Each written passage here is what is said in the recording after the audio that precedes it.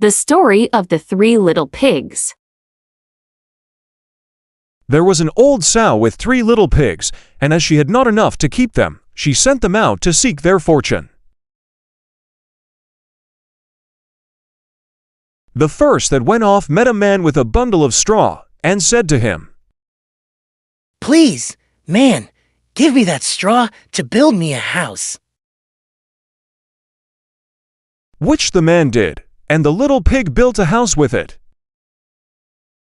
Presently came along a wolf, and knocked at the door, and said, Little pig, let me come in."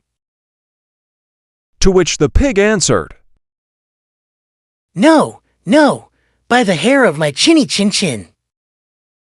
The wolf then answered to that, "Then I'll huff, and I'll puff, and I'll blow your house in." So he huffed, and he puffed, and he blew his house in, and ate up the little pig.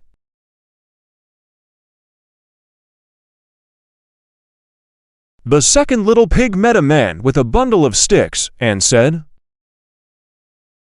"Please, man, give me those sticks to build a house." Which the man did, and the pig built his house. Then along came the wolf, and said, Little pig, let me come in." "No, no, by the hair of my chinny chin chin." "Then I'll puff, and I'll huff, and I'll blow your house in." So he huffed, and he puffed, and he puffed, and he huffed, and at last he blew the house down, and he ate up the little pig.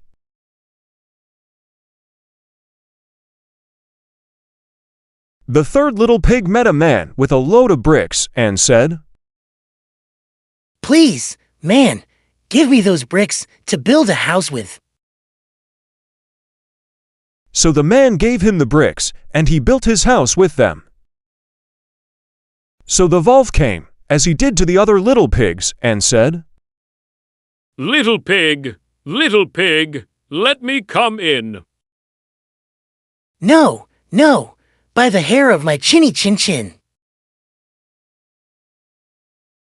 "I'll huff, and I'll puff, and I'll blow your house in." Well, he huffed, and he puffed, and he huffed, and he puffed, and he puffed and huffed, but he could not get the house down. When he found that he could not, with all his huffing and puffing, blow the house down, he said, Little pig, I know where there is a nice field of turnips." "Where?" "Oh, in Mr. Smith's home field. And if you will be ready tomorrow morning, I will call for you, and we will go together and get some for dinner." "Very well, I will be ready. What time do you mean to go?"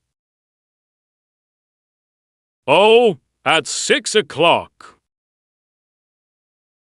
Well, the little pig got up at 5, and got the turnips before the wolf came, which he did about 6, and who said, Little pig, are you ready?"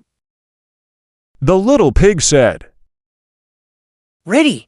I have been and come back again, and got a nice pot full for dinner." The wolf felt very angry at this, but thought that he would be up to the little pig somehow or other, so he said, Little pig, I know where there is a nice apple tree." "Where?" said the pig. "Down at Merry Garden." Replied the wolf. "And if you will not deceive me, I will come for you at 5 o'clock tomorrow and get some apples." Well, the little pig bustled up the next morning at 4 o'clock, and went off for the apples, hoping to get back before the wolf came.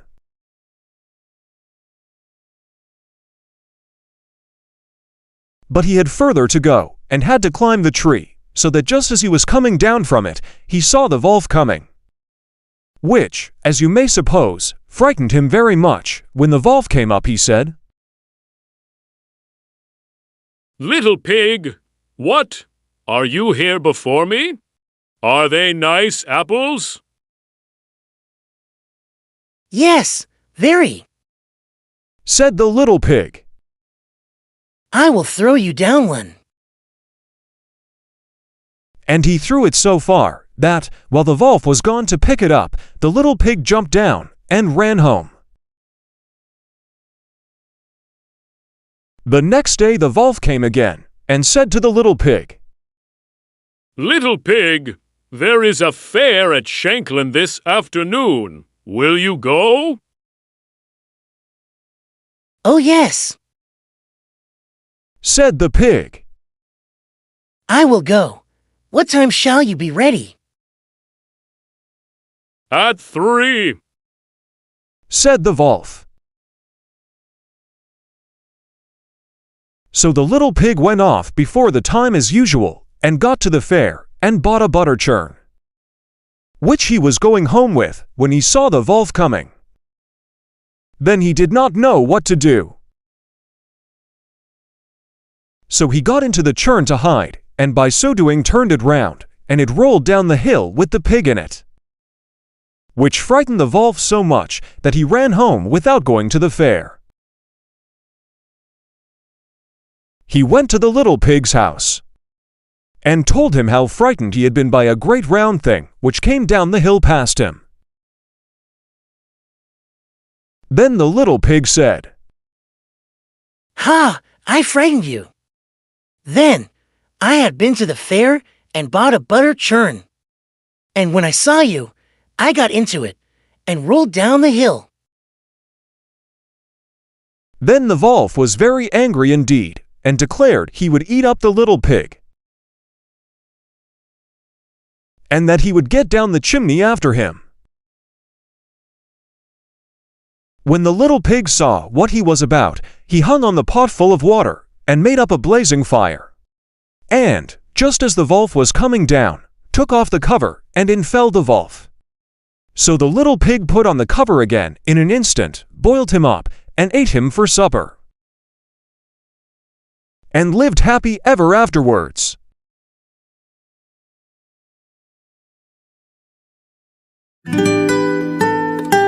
Like, share, and subscribe.